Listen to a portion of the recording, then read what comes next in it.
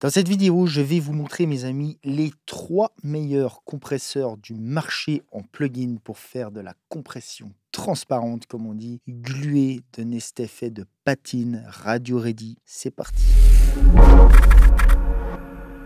Alors, le premier compresseur dont on va parler, on ne peut pas passer à côté de celui-là, c'est Pro C2 de FabFilters. C'est un classique, mais néanmoins, ça reste tout de même un des meilleurs compresseurs du marché. Clean numérique. Qu'est-ce que je veux dire par clean numérique? Je vais vous montrer 3 plugins qui font de la compression transparente. C'est-à-dire que le but de cette compression, quelque part, c'est de ne pas l'entendre. Vous allez vous dire, c'est peut-être ouf, pourquoi faire un process qu'on n'entend pas? Parce que concrètement, on a les bénéfices, c'est-à-dire l'effet glue, l'effet de créer de la densité comme ça, de rassembler un petit peu tout le monde au même endroit, au même plan, glué comme on dit, mais sans les artefacts qu'on pourrait avoir derrière qui peuvent se traduire par ce qu'on appelle du pumping, c'est-à-dire des effets comme ça de volume un peu bizarres qui pompent au mauvais moment, qui ne sont pas en rythme avec la musique. Les 3 outils que je vais vous montrer aujourd'hui, les amis, c'est 3 outils qui peuvent s'adapter parfaitement à n'importe quel type de master parce qu'il y a des fonctions avancées, notamment de filtrage de sidechain et surtout de TDR. Le TDR, c'est une notion avancée de compression que je vais très vaguement ici expliquer dans cette vidéo, mais on ne peut pas rentrer trop dans les détails malheureusement. Bref, je me tais. Ici, j'ai un petit test master sur lequel on peut tester justement ces outils. Pro C2, le but, c'est de gluer un petit peu le master sans que ce soit audible.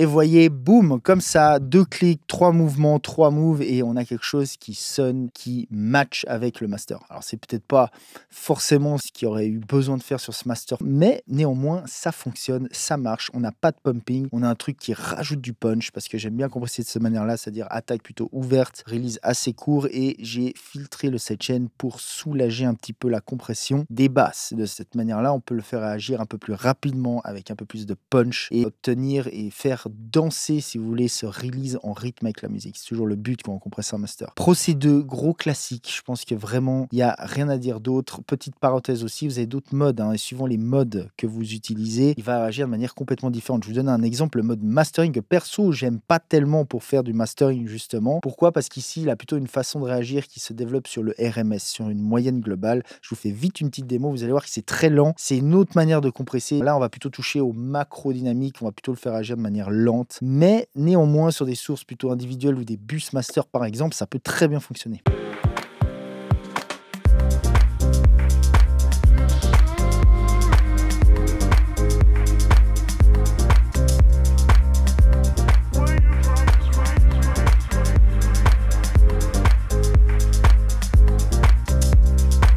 Pourquoi pas, c'est un autre style. Ici, je suis beaucoup moins fan perso pour cet exemple, mais néanmoins, faites des tests, essayez les différents modes. C'est pas parce que vous êtes en mode mastering que vous pouvez pas utiliser ces autres modes-là. Ils ont tous des fonctions bien spécifiques et des manières bien spécifiques de faire réagir ce compresseur. Donc, allez-y les yeux fermés, Pro C2 de FabFilters. Deuxième compresseur que je vais vous montrer aujourd'hui, les amis, c'est Kotelnikov de TDR, de Tokyo Down Records, si je dis pas de conneries. Ce compresseur-là fait partie, sincèrement, des meilleurs compresseurs du marché, tout net, des meilleurs plugins du marché. Vous pouvez l'obtenir gratuitement avec quelques fonctions en moins, mais si vous payez 50 balles, qui est que dalle sincèrement pour la qualité là que vous avez des options comme le FDR, donc le Frequency Dependent Ratio, et avec ça vous allez voir qu'on peut vraiment aller très loin en termes de compression, de comment il réagit, de comment il s'adapte au matériel à la source. Donc c'est parti, pour l'instant je fais pas de FDR, je fais juste de la compression simple et vous allez voir que c'est super transparent.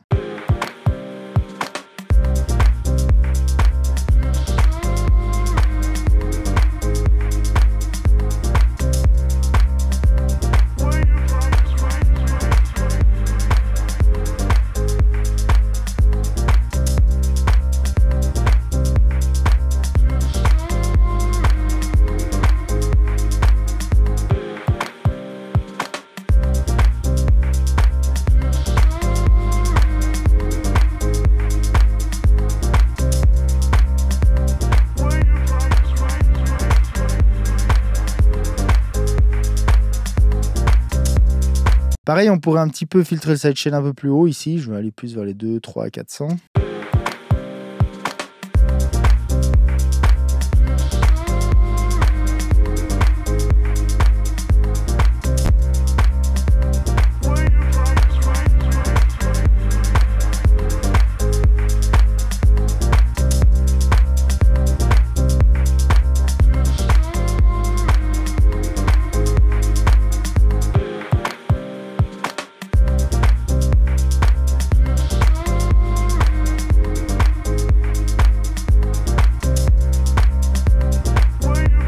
On a des résultats directs, c'est facile d'utilisation, c'est ultra transparent. Hein. Sincèrement, celui-là, je pense c'est un des pires. Enfin bon, là, je vous montre 3 tools super transparents, donc voilà, mais ce compresseur est vraiment ouf. Pour le prix, je pense que vous pouvez de toute façon aller les yeux fermés, choper la version gratos de ce plugin. Et si vraiment vous voulez aller plus loin, vous pouvez choper la version qui est à 50 balles, qui vous donnera des grosses options supplémentaires, notamment le FDR ici, qui permet de, dans les très grandes lignes, changer le ratio par fréquence. C'est-à-dire que suivant les fréquences, on va trigger plus de ratio ou moins de ratio, ce qui permet en quelque sorte d'agir un petit peu comme si on filtrait le sidechain, sauf qu'ici ce n'est pas du tout la même chose et on peut comme ça vraiment dire au compresseur de se focus vraiment de plus compressé quand il y a des basses ou de moins compressé quand il y a des basses ou de plus compressé quand il y a des aigus, etc.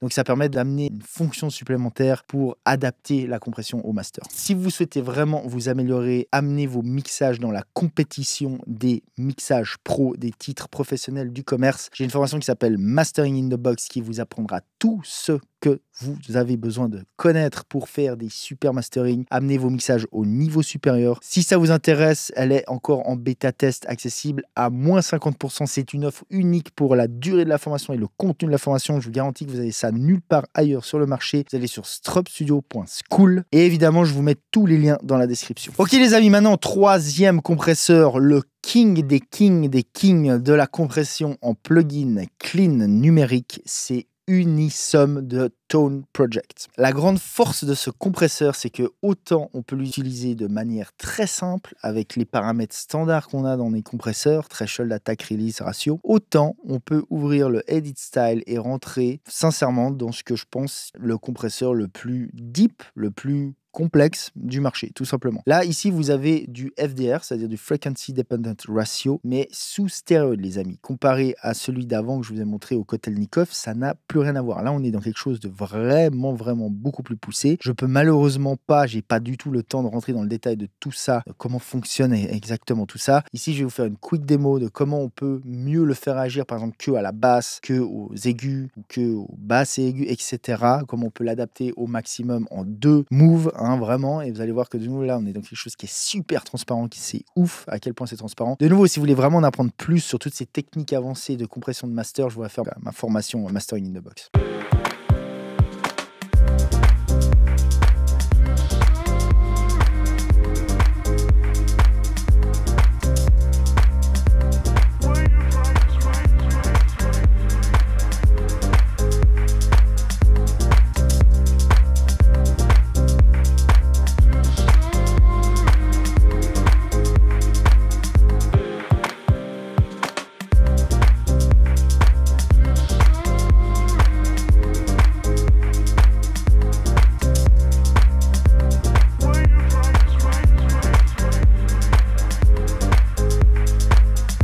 Haut les mains, c'est vraiment celui qui cartonne le plus. C'est-à-dire celui-là, vraiment, pour le coup, il a un truc, il sonne vraiment bien dans tous les cas. Il apporte ce côté glu comme ça, en rajoutant un petit peu de punch. Alors, je sais peut-être certains d'entre vous, spécialement si vous écoutez ça sur des systèmes pas ouf, genre des smartphones et compagnie, vous allez vous dire, mais il délire, on n'entend absolument aucune différence avec et sans. Alors, c'est quelque chose qui est difficile à entendre, les amis. Ça fait partie des choses les plus dures à entraîner votre oreille à entendre. Ici, on est dans des choses très subtiles, on est dans de la compression transparente qui est par définition dure à entendre. Et si en plus vous écoutez ça sur des systèmes qui n'ont pas une super dynamique, qui ne reproduisent pas de manière super optimale, on va dire la dynamique, c'est très compliqué à entendre. Je vous préviens, hein, si c'est le cas chez vous, ne vous inquiétez pas. Essayez d'écouter ça avec des bons haut-parleurs, et si même avec des bons haut-parleurs ou des bons casques, vous n'arrivez pas à entendre, c'est que malheureusement, je pense que vous n'avez pas encore l'oreille assez entraînée pour entendre les différences. On est dans quelque chose qui est subtil, mais qui néanmoins est audible, vraiment. On a vraiment quand même une différence, et de toute façon, quand on parle de mastering, c'est ces petites nuances, c'est ces petites choses accumulées qui font une grosse différence à la fin, quoi. Ok, maintenant, je vais aller jouer jouer uniquement avec le weight ici, qui va en gros dire à mon compresseur d'attaquer plus en ratio suivant les basses, les mids ou les highs. Et vous allez voir que par exemple, si j'enlève des aigus et je mets un peu plus de basses, il va un peu plus se déclencher d'après les basses. Regardez.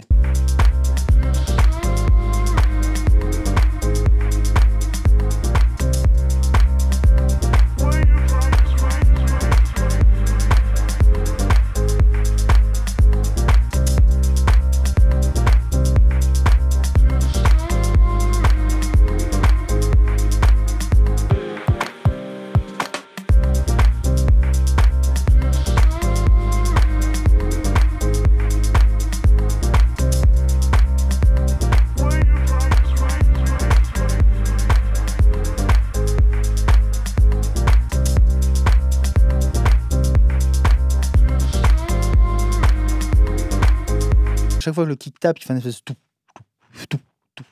Il crée un espèce de mouvement comme ça qui danse avec la musique, qui rajoute vraiment une sorte de plus-value. C'est simplement la compression que là il applique, c'est uniquement une sorte de touch artistique qui rajoute un mouvement comme ça, qui donne un petit côté vivant en plus. Et c'est là où ce genre d'outil peut vraiment faire la diff, parce qu'on peut le faire bouger vraiment comme on veut si on sait comment s'en servir et si on connaît un peu toutes ces fonctions avancées, quoi. Et ça, pour le coup, sincèrement les amis, c'est des choses qu'on ne peut pas obtenir par exemple avec du hardware. Là on est dans la force, on est du côté fort du numérique, c'est tout ce genre de choses, ce genre de compression. Autant en analo, on a des trucs qui sont super, qui sont difficilement émulés en numérique, autant l'inverse est vrai aussi. En numérique, on a vraiment des outils qui sont impossibles à reproduire en termes de résultats avec de l'analo. Si vous voulez d'autres vidéos sur le mastering, les gens, je vous propose ces playlists et ces vidéos. Si vous voulez des services de mixage, de mastering, si vous voulez que je police votre audio, vous pouvez m'écrire sur strupstudio.com. Les gens, c'était Igor Chevet, Strup Studio, je vous dis à plus, ciao.